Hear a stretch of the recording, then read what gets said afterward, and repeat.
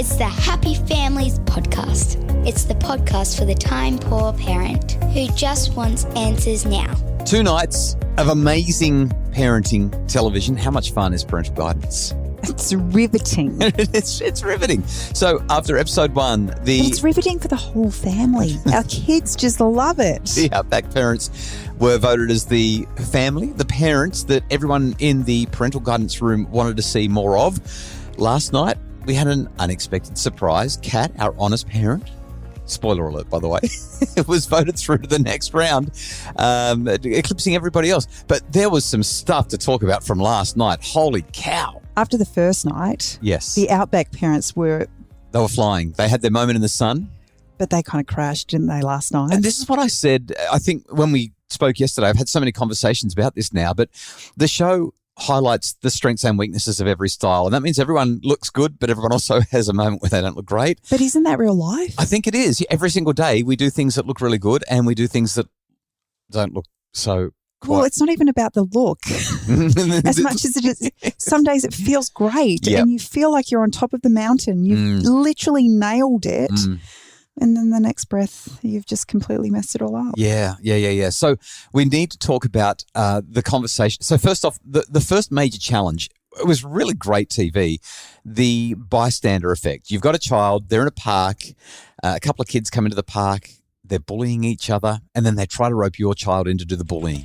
Just remember that we're looking at these incidences from a bystander point of view too. Your kids involved aren't being bullied. We want to see if these children have been taught how to intervene and not be a bystander. So this kid's stolen the hat, running around. Here, take the hat, run. Hey, give me my hat back. Nope. Wyatt, catch!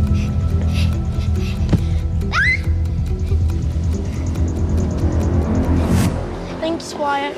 This was really heartening to watch. These kids were young. Like 5, 6, 7 years old. Young kids. And yet each of them completely held their own and didn't involve themselves, but also didn't leave anyone feeling bad either. I loved it. You know, my favourite one was Levi from the Gentle Parents, when the kids saying, she can't even do a cartwheel.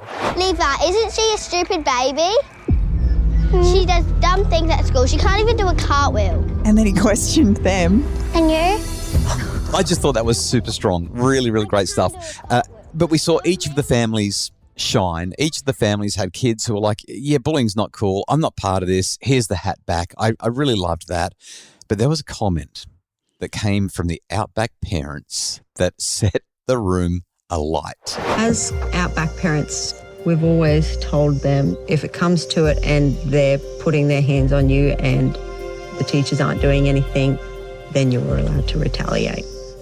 A good smack in the face is going to pull them up pretty quick. I also found it really interesting the way the Outback dad defended this position. There's also a lot of young boys that die from being king hit in the face. If you run away, good chance you're going to get king hit. If you stand up and face it, and you stand up to that problem, and you punch them back in the face while you're getting hit, you've got a lot less chance of being hurt than what you do sitting there copping it, getting kicked in the ribs and stomped on the ground. If they're getting smacked in the face, smack them back. You see, to me, if you're running away, you're less likely to get king hit. It's when you're either not expecting it or you're facing up to somebody. Yeah, I'm not entirely sure I get that either, because plenty of times you turn your back and that's when somebody's, kind of slugs you from behind. Well, run fast. But I think the main thing that we need to talk about here is it okay? Yeah, this really divided the room. Getting your kids to stick up for themselves. I mean, this is the sort of thing that blows the internet up. It blows Facebook up. This is that question. If your child is being bullied, there's physical altercations occurring or it's just incessant and nothing's working, does there come a point where it's okay to say, hey, kiddo, you need to stick up for yourself here, and sometimes the only way you can reason with somebody is with your fists? I got the impression, and clearly we'll never know, but I got the impression that there were people in that room who had experienced a level of bullying or been on the other side of it. And to listen to each person's perspective, and I don't think it's a clean-cut answer.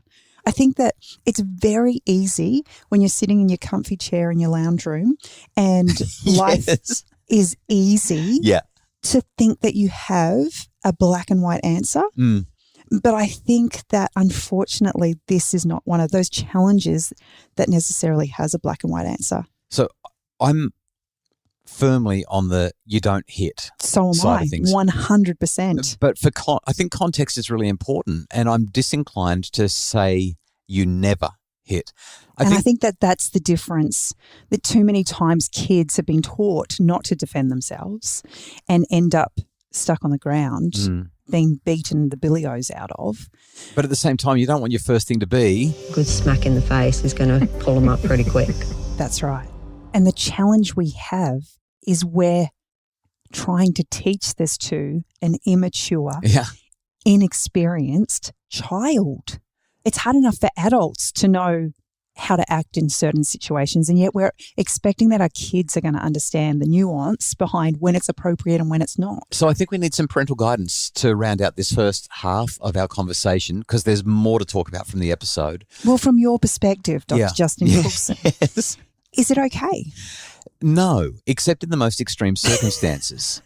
I really mean that. Except, It's right? nuanced, yes. And so if I was talking to a child about this, and the likelihood that our children, we have 6 daughters, this is not a typical thing. I know that girls are being violent more now than they ever have, but it's still really unusual, especially when you compare it to the amount of times that boys will be violent with one another.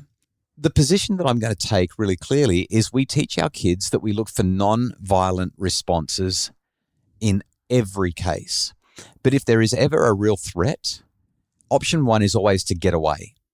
Option 1 is always to get away. But if the threat remains real, or if the threat continues day in and day out, and we can't find any kind of help, then I'm chafing. I don't even want to say it now. You know what I find really interesting? I'm back. I'm literally, I want to wrestle with this and keep the podcast going without any edits.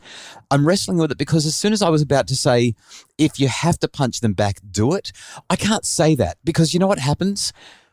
The next day, the kid shows up with 3 friends, or you do punch them back, but the kid is bigger and you lose 3 teeth, or somebody gets king hit and they get knocked out, or they hit their head on the concrete, and I just have to come back to no, I don't care if you live in the country.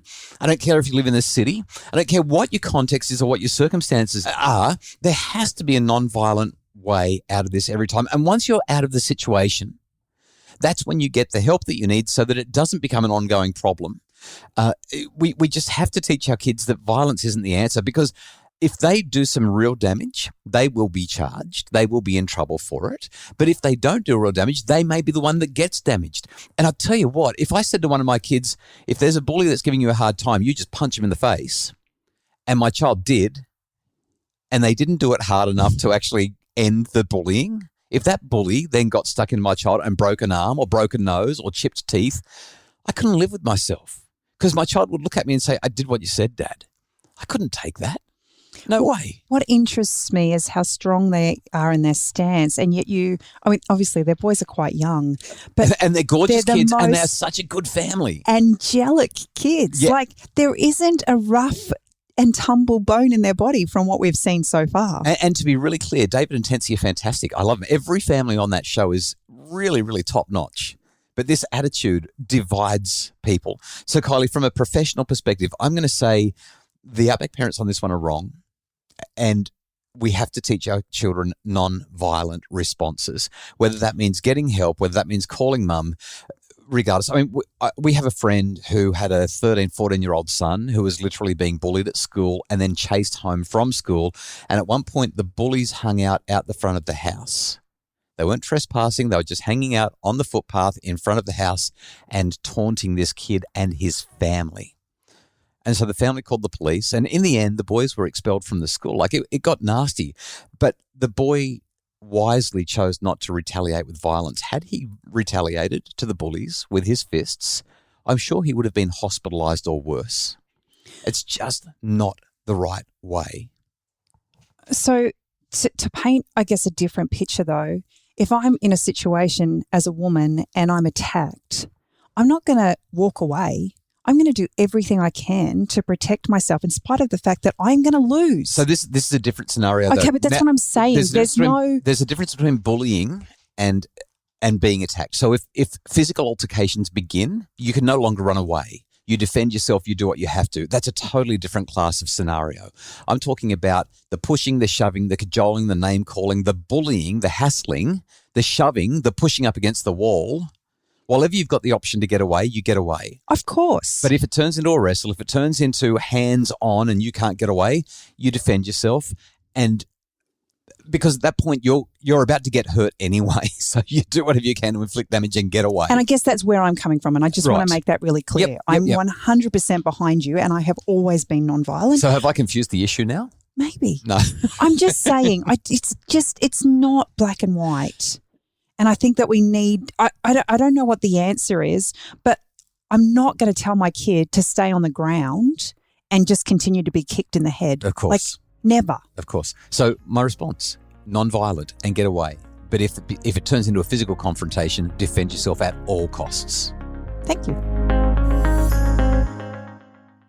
Let's talk about the second big issue. Now, there were a lot of things that came out of this one, but let's talk about the second big issue from episode 2 of Parental Guidance. Well, I've got lots and lots to say about lots and lots of things, but I think we might actually end up having to do an episode on Thursday to talk about some of the things that just kind of came out of the show as opposed to necessarily specifically out of the challenges. So let's do this one fairly briefly because our time is getting away already. And tomorrow we'll do briefly. Do you know what?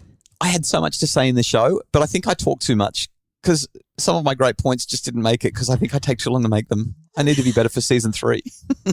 Well, they did the Lost Child Challenge. Let's talk about that tomorrow. I want to talk about facing fears. But the thing that really stood out of this one outside of the bullying was that challenge where they had to have one kid face their fears and climb up a pole. I'm going to wait, how high is this? This is 21 metres. If you fall down there, would you die?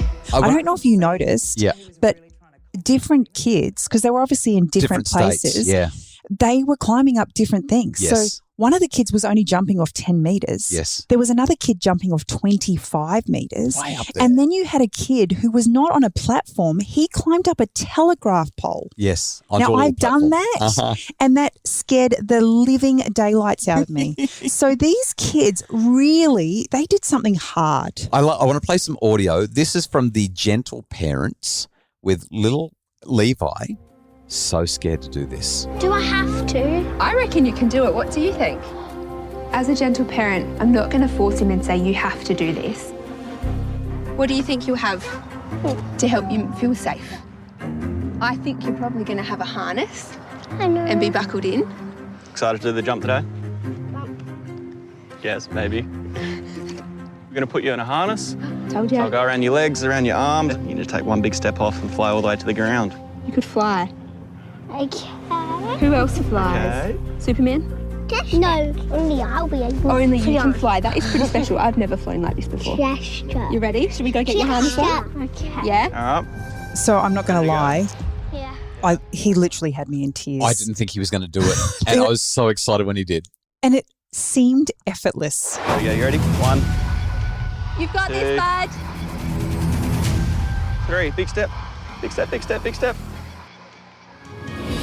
Yes! Hey, Levi, you did it! Well done, Levi.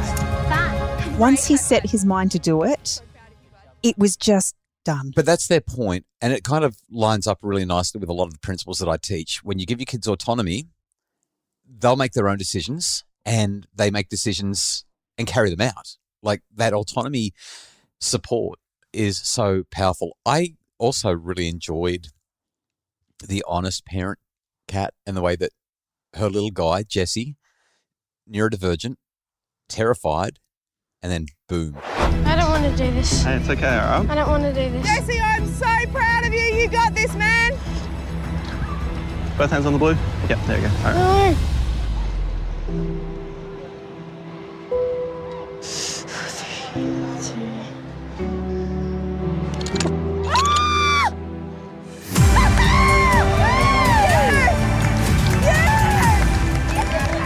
That was awesome. So we need to talk about, you've already mentioned that the Lighthouse parents had that super scary approach, and their autonomy support was first class. This, I think, was the ultimate example of autonomy support that I've seen in the entire show.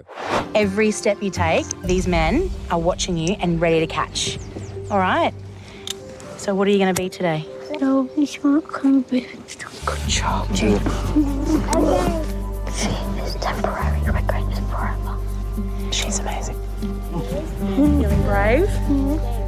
Yeah? Feeling strong? Yeah. You can do this.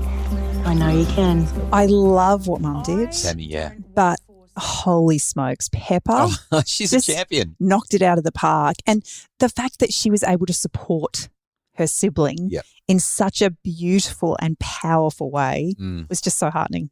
So let's talk about the Outback parents. I know that I feel like we've given them a pretty hard time in this podcast. Like I said, they're great people. I really enjoyed getting to know David and Tensi, and they've got gorgeous kids, and I think they're going to be just fine. But we have to talk about what happened here. Come on, you're going to do it now. No. Yep. No more. Big deep breath. Hey. You're not going to get hurt, darling.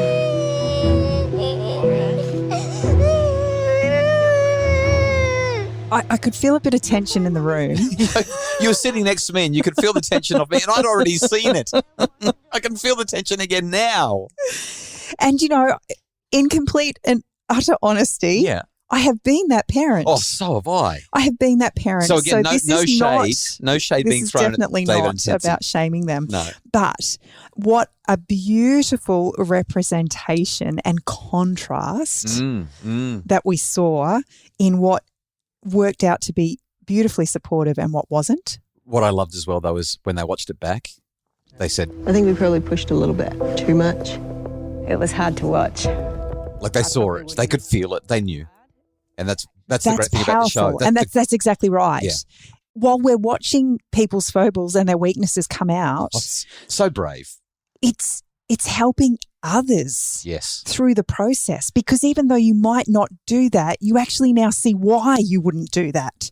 You actually understand why you're doing things in a totally different way. And if you are that parent and you are in that space, then seeing it played back to you is just powerful. So some professional tips for how to know whether or not to get your kids to face their fears and place them under pressure.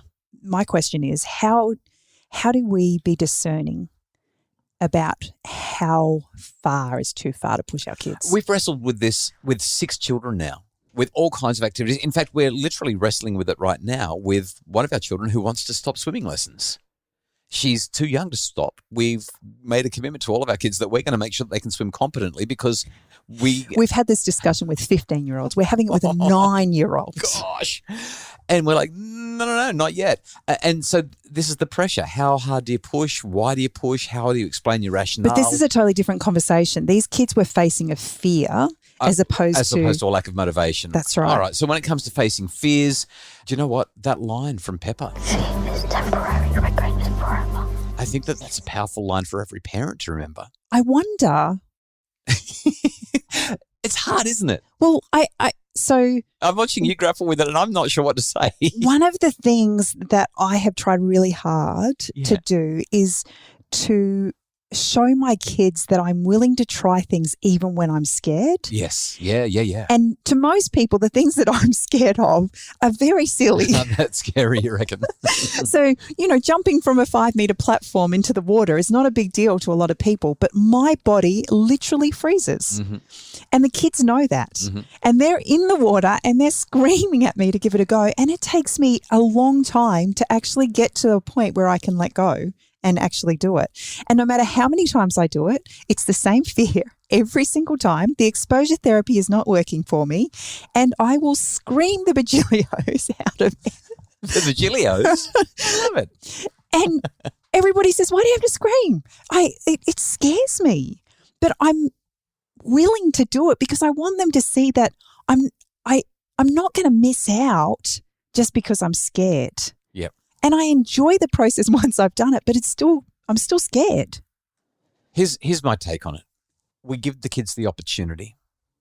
We say, here we are. This is what we're doing. You don't have to join in if you want, but I'm doing it and we'd love for you to be part of it. That's the approach we've taken with most scary things, whether it's a roller coaster ride at a theme park, whether it's jumping off some rocks at a lagoon or We have a couple of really good roller coaster photos. Yeah. Yep. over the years, haven't we? We do. I'm thinking of the time where we were at Yeppoon up near Rockhampton, and we swam out to an island called Creek Rock that was about 1.5 km offshore, and there were stingrays and who knows what else in the water, and it was terrifying. And we just said, kids, we're going to do this. You don't have to do it. And well, let's be fair. We didn't know what was in the water until the next day when everybody told us. But the thing is, the kids came with us until they'd had enough, and then some of them went back, and that was just fine. There was no shame. It's like, okay, well, we're giving it a go. And I feel like that's the right balance. We're doing it. We're excited to do it. We'd love for you to join us. I guess the only time that's an issue is when it's all of us or none of us. That's the only time it gets really tricky. And then I think you have to let the person who is terrified actually make the determination. It's not okay to traumatize somebody just because you want to have a cheap thrill. So what about the comments that were made that they'll regret this for the rest of their lives? I don't know that anybody's going to regret not jumping off a telegraph pole for the rest of their life. However, what doing it does is it gives you a sense of competence. That is, that basic psychological need. It satisfies that. It reinforces competence and it builds confidence. And I really think, we talk all the time about these 3 basic psychological needs from my book, The Parenting Revolution. When am I going to feel competent? We talk all the time about feeling competent. We need to teach our kids about this. And we need to say, if you do this, you're going to feel strong because it's a hard thing. We've got that saying in our family, we do hard things. Am I going to feel it when I jump off 10 metres instead of 5? Is that when I'm supposed to feel it? Hey, we've gone way over time. We need to wrap this up.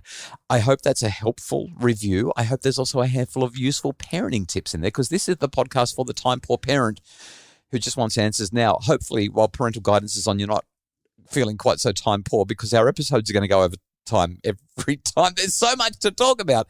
Tomorrow, it's a big review episode where we kind of talk about all the stuff that we haven't had a chance to talk about because we get a breather until next week. More episodes on the telly next week. Tomorrow, we review all the stuff we haven't talked about because, gosh, there's some heavy stuff.